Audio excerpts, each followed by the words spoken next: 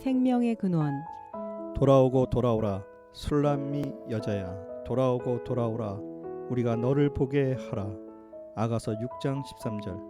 술라미의 아가씨야 돌아오너라 돌아오너라 눈부신 너의 모습을 우리가 좀 볼 수 있게 돌아오너라. 돌아오너라 술라미의 아가씨야. 표준 세번역. 사랑이 들어올 때 감정에서 의지로 그리고 지식으로 가야 하는데 또 갈등이 생기면 바로 감정으로 가는 것이 문제입니다. 지식으로 들어가서 보면 정말 은혜를 주신 것인데 지금 서운하다고 원수가 됩니다. 분노는 절대로 뒤를 생각하지 않고 표출하게 되는 감정입니다. 그런데 분노해 놓고서 뒤를 돌아보니까 은혜였다는 것을 알게 되면 부끄러워서 나타나지도 못합니다. 예수 믿으라고 했더니 하나님한테 미안해서 못 온다는 사람들 많이 있습니다. 하나님과 분리되었을 때는 하나님의 부재 가운데 하나님이 어떤 분이신지를 정확하게 기억하고 하나님을 만날 수 있는 곳을 찾아야 합니다. 기억은 진리 지식으로부터 옵니다. 사탄은 사랑이 들어오려고 할 때 계속 지식이라는 이해를 구합니다. 하지만 이해가 안 됩니다. 그리고 문제가 일어나면 계속 감정을 앞세웁니다. 갈등이 일어났을 때 사람이 가장 먼저 느끼는 감정이 억울함이라고 합니다. 억울함을 잘 들여다보면 자기가 꽤 괜찮은 사람이라는 생각이 마음바닥에 있습니다. 이런 감정을 나르시시즘이라고 표현하는 글을 읽은 적이 있습니다. 나르시시즘은 다른 사람들에게 모든 것을 전가하고 자기 잘못이 아니라고 한답니다. 그래서 억울해합니다. 그런데 그 감정을 객관화시키면 손해본 것이 없는데 왜 억울하지? 라고 생각하게 됩니다. 갈등의 골이 더 깊어지면 법으로 가게 되는데 객관화된 법으로 보면 억울할 것이 없지만 감정은 풀리지 않습니다. 감정이라는 것은 객관화가 될 수 없어서 절대로 풀릴 수가 없습니다. 주관과 주관이 계속 싸우니까 갈등과 분리와 분열은 해결되지 않습니다. 그래서 진리 지식으로 들어가야 합니다. 법이라는 것은 문제가 골마 터졌을 때 해결하는 데 필요한 도구일 뿐입니다.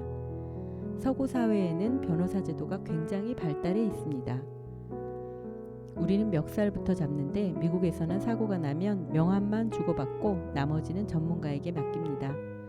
뒤에서는 싸울 수 있을지 모르겠지만 앞에서는 네 하고 끝입니다. 제가 미국에서 가벼운 교통사고가 난 적이 있는데 가해자가 인정하는 말을 해서 녹음만 해주고 가시라고 했습니다.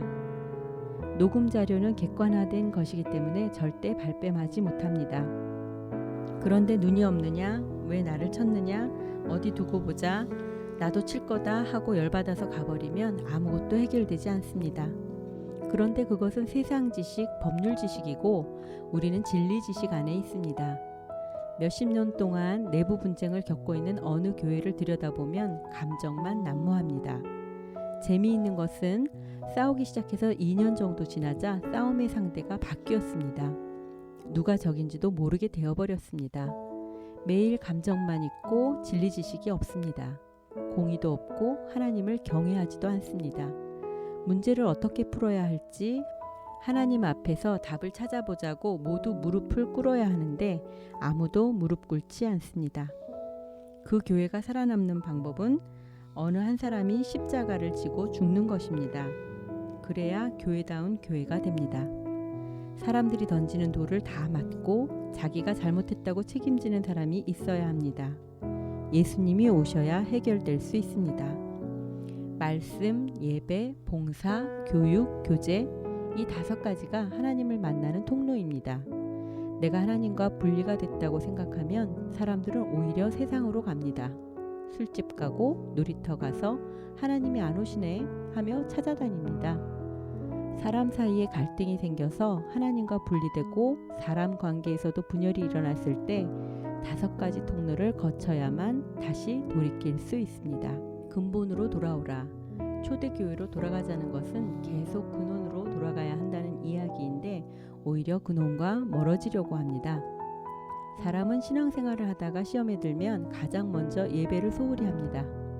5가지 통로를 향해 가겠다는 것이 결국 기억하는 일입니다. 예배도 마찬가지입니다. 예배하는 자리에 머물러 있으면 머무른 것 때문에 하나님을 다시 만날 수 있습니다. 목자는 양떼가 있는 자리에 있습니다. 양떼가 생명인데 생명의 자리는 어디냐면 말씀과 예배와 교제와 교육과 봉사를 하는 자리입니다. 그 자리에 가야 생명의 근원이신 하나님을 만나는데 사람들은 생명의 갈급함을 가지고서도 다른 곳으로 갑니다. 목마른 사슴이 시내를 찾을 때 시내가 양떼, 생명의 근원입니다. 내가 도대체 무엇을 원하는지, 내가 도대체 무엇을 해야 하는지를 기억해야 합니다. 그것이 지식으로부터 시작하는 일입니다. 감정에 이끌리면 갈등 속에서 계속 허우적거립니다.